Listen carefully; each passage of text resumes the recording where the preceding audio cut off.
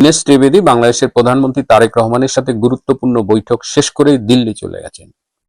আমি গতকালই বলেছিলাম যে ডক্টর খলিলের বডি ল্যাঙ্গুয়েজই বলে দিচ্ছে সেখানে কি আলোচনা হয়েছে, এবং সরকারের পক্ষ থেকে বারবার বলা হচ্ছিল যে তারা শেখ হাসিনাকে ফেরত চেয়েছে, কিন্তু আসলে ভেতরের ঘটনা তো আলাদা। আপনারা নিশ্চয়ই খেয়াল করেছেন যে সম্প্রতি ডোনাল্ড ট্রাম্পের মধ্য এবং দক্ষিণ এশীয় দূত এবং ভারতে আমেরিকার অ্যাম্বাসেডর মিস্টার সার্জিও গোর বাংলাদেশ সফর করার পরেই কিন্তু ভারতীয় প্রতিনিধি দলের তৎপরতা বেড়ে গেছে। তার মানে কি, সার্জিও গোরের সফর এবং এই যে আমরা দেখছি রয়ের প্রধান আসছে তার টিম নিয়ে, দীনেশ ত্রিবেদীর তৎপরতা, এগুলো কি পরস্পর সম্পর্কযুক্ত? আজকে দীনেশ ত্রিবেদী সকাল 8টা থেকে 8টা 40 পর্যন্ত একটি হাই ভোল্টেজ মিটিং করেছেন। সেই মিটিং এ উপস্থিত ছিলেন ভারতের প্রধানমন্ত্রী নরেন্দ্র মোদী, জাতীয় নিরাপত্তা উপদেষ্টা অজিত দোভাল, স্বরাষ্ট্রমন্ত্রী অমিত শাহ সহ আরো কয়েকজন। 8টা 40 মিটিং শেষ করে 9টা 10 থেকে 9টা 25 পর্যন্ত তিনি আরেকটি বৈঠক করেন, যেখানে ভারতীয় সেনাবাহিনীর উচ্চ পদস্থ একজন কর্মকর্তা ছিলেন এবং বেশ কিছু আধা সামরিক কর্মকর্তা ছিলেন এবং অজিত দোভাল ছিলেন। এই সকালের প্রথম মিটিং এ 37টা ইস্যু নিয়ে কথা হয়েছে, তার মধ্যে এই যে বাংলাদেশ রিলেটেড, তার মধ্যে এই যে বন্ধি প্রত্যর্পণ যে চুক্তি, সেই চুক্তিটার আপডেট করা হবে এই সিদ্ধান্ত নেওয়া হয়েছে। এছাড়া বিভিন্ন বিষয়, বাংলাদেশের সাথে যে ভারতের বন চুক্তি, এই যে নদী এবং সমুদ্র বন্দর, এ ধরনের নানান বিষয় নিয়ে কথা হয়েছে। এই দুটো মিটিং এ একটা ইম্পর্টেন্ট বিষয় এসেছে, সেটা হলো র্যাপিড রেসপন্স টিম। এটা আগেও ছিল কিন্তু খুব একটা অ্যাক্টিভ ছিল না, বিশেষ করে মমতা যখন পশ্চিমবঙ্গের মুখ্যমন্ত্রী ছিলেন তিনি এই সীমান্ত দিয়ে বাংলাদেশ এবং পশ্চিমবঙ্গের মধ্যে জঙ্গিদের আদান প্রদান অনেক কিছু যাতে সহজে করা যায়, সে কারণে তিনি কেন্দ্রীয় সরকারের অনেক বিষয়ে সহায়তা করতেন না। এই র্যাপিড রেসপন্স টিমের কাজ হবে ডিজিটাল প্রযুক্তির মাধ্যমে, সফটওয়্যারের মাধ্যমে বর্ডার এরিয়ায় যা যা হচ্ছে, বর্ডার কিলিং, বাংলাদেশের পক্ষ থেকে এই যে বর্ডার কিলিং নিয়ে বারবার কথা বলা হয় যে সীমান্ত হত্যা কমাতে হবে, সো এখন থেকে সীমান্তকে মনিটর করা হবে এবং দুই দেশের প্রতিনিধি নিয়ে র্যাপিড রেসপন্স টিমের মাধ্যমে এই সীমান্ত মনিটরড হবে। আর ভারতের পক্ষ থেকে বাংলাদেশের পররাষ্ট্র মন্ত্রণালয়ে একটা নোট ভার্বাল পাঠানো হয়েছে। বাংলাদেশের এই যে কালকে ডক্টর খলিলের কথা শুনি যখন, বা তথ্য উপদেষ্টার কথা শুনি, তখন সেই শেখ হাসিনাকে ফেরত পাঠাও এবং তারা রেফারেন্স হিসেবে দেয় বন্ধি প্রত্যর্পণ চুক্তি, যেটা ভারত এবং বাংলাদেশের মধ্যে স্বাক্ষরিত হয়েছে।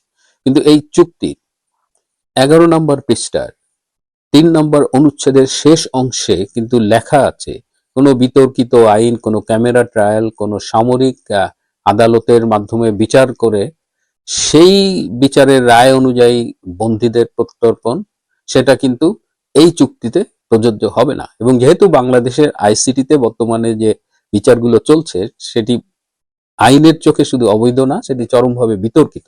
সুতরাং শেখ হাসিনাকে মৃত্যুদণ্ড দিয়েছে যে অবৈধ আইসিটির আদালত, সেই আদালতের রায় দিয়ে যে বন্ধি প্রত্যর্পণ চুক্তির যে রেফারেন্স বাংলাদেশ সরকার বারবার দিচ্ছে, সেটা আদৌ প্রযোজ্য না। অর্থাৎ শেখ হাসিনা এই প্রত্যর্পণ চুক্তির অধীনে পড়েন না। এছাড়াও ভারতের পক্ষ থেকে বলা হয়েছে যে শেখ হাসিনা যখন ফিরবেন তার পর্যাপ্ত নিরাপত্তা বাংলাদেশ সরকারকে নিশ্চিত করতে হবে। এবং আজকে আপনারা দেখেছেন যে আমাদের তথ্য উপদেষ্টার সুর বদলে গেছে, তিনি কিন্তু বলছেন যে শেখ হাসিনা যখন আসবে তাকে পর্যাপ্ত নিরাপত্তা প্রদান করা হবে। তিনি কিন্তু এমনি এমনি বলেন নাই। এদিকে আগামীকাল দীনেশ ত্রিবেদী ফিরবেন 12ই আগস্ট, এবং ধারণা করা যাচ্ছে 13 অথবা 14ই আগস্ট দীনেশ ত্রিবেদী আবার বাংলাদেশের প্রধানমন্ত্রী তারেক রহমান এবং তার প্রতিরক্ষা উপদেষ্টা শামসুল ইসলামের সাথে মিটিং এ বসবেন। এদিকে রয়ের প্রধান পরাগ জৈন, তিনি গতকাল প্রধানমন্ত্রী তারেক রহমানের সাথে মিটিং করেছেন, প্রধানমন্ত্রীর প্রতিরক্ষা উপদেষ্টা ডক্টর AKM শামসুল ইসলামের সাথে মিটিং করেছেন এবং 12 জন উচ্চ পদস্থ সেনা অফিসারের সাথে ভারতীয় রয়ের প্রধান পরাগ জৈন মিটিং করেছেন। আজকে তিনি 3 জন এমপির সাথে মিটিং করেছেন, তিনি সংসদ এলাকায়ও গিয়েছিলেন। এবং এই যে প্রতিরক্ষা উপদেষ্টার সাথে যে মিটিং করেছেন সেখানে ওই 161 পৃষ্ঠা ভারত যেটি দিয়েছে, যেখানে জঙ্গি তৎপরতার ডিটেলস দেওয়া আছে, সেই রিপোর্টের রেফারেন্স দিয়ে বলেছেন যে বাংলাদেশকে বারবার বলা সত্ত্বেও বাংলাদেশ এই জঙ্গি ও সন্ত্রাস নিয়ন্ত্রণে আশানুরূপ পদক্ষেপ গ্রহণ করছে না। এবং আবারও 16ই আগস্ট পর্যন্ত বাংলাদেশ সরকারকে সময় দেওয়া হয়েছে এবং এই 16 তারিখের মধ্যে বাংলাদেশ সরকার যদি পর্যাপ্ত পদক্ষেপ গ্রহণ না করে, সেই ক্ষেত্রে ভারত এবং আমেরিকা যৌথভাবে বাংলাদেশের জঙ্গি কার্যক্রম নিয়ন্ত্রণে ব্যবস্থা নেবে। তারেক রহমানের সাথে রয়ের চিফের যখন মিটিং হচ্ছিল, সেই মিটিংয়ে কিছুক্ষণের জন্য জয়েন করেছিলেন বিক্রম দোরাইস্বামী। বিক্রম দোরাইস্বামীর কথা আপনাদের মনে আছে? তিনি যুক্তরাজ্যে মানে ইংল্যান্ডে ভারতের হাই কমিশনার ছিলেন এবং তিনি মূলত স্পটে থেকে তারেক রহমানের সাথে ভারতের যে নেগোসিয়েশন হয়েছিল বাংলাদেশে ফেরা, ক্ষমতায় যাওয়া, এই নেগোসিয়েশনটা লন্ডনে বসে লিড করেছিলেন এই বিক্রম দোরাইস্বামী। বর্তমানে তিনি চায়নায় ভারতের হাই কমিশনার। তো বিক্রম দোরাইস্বামী এই মুহূর্তে ঢাকায় অবস্থান করছে এবং তিনি এই রয়ের প্রধান এবং প্রধানমন্ত্রীর মিটিং এর কিছু অংশ তিনিও অ্যাটেন্ড করেছিলেন। এটা খুব ইন্টারেস্টিং একটা ইনফরমেশন। এদিকে আমি আপনাদের বলেছিলাম যে তারেক রহমান ভারত যাওয়ার জন্য প্রস্তুতি নিচ্ছেন। তো আজকে আপনাদের জানাচ্ছি যে এই ব্রিক্স এর যে সম্মেলন রয়েছে আগামী মাসের 12 এবং 13ই সেপ্টেম্বর, সেখানে বিমস্টেকের চেয়ারম্যান হিসেবে তারেক রহমান যোগ দিচ্ছেন। যদিও তার যোগ না দেওয়ার ব্যাপারে বাংলাদেশে আইএসআই পন্থী যারা রয়েছেন, পাকিস্তান পন্থী রয়েছেন এবং মিডিয়ার একটা অংশ যাদের গতকালও করেছি গ্যাং অফ ফোর, তারা অনেক চেষ্টা করেছিলেন, কিন্তু এখন মোটামুটি চূড়ান্ত যে তারেক রহমান যাচ্ছেন, এই ব্রিক্স এর সম্মেলনে যাচ্ছেন এবং বিমস্টেকের চেয়ারম্যান হিসেবে যাচ্ছেন।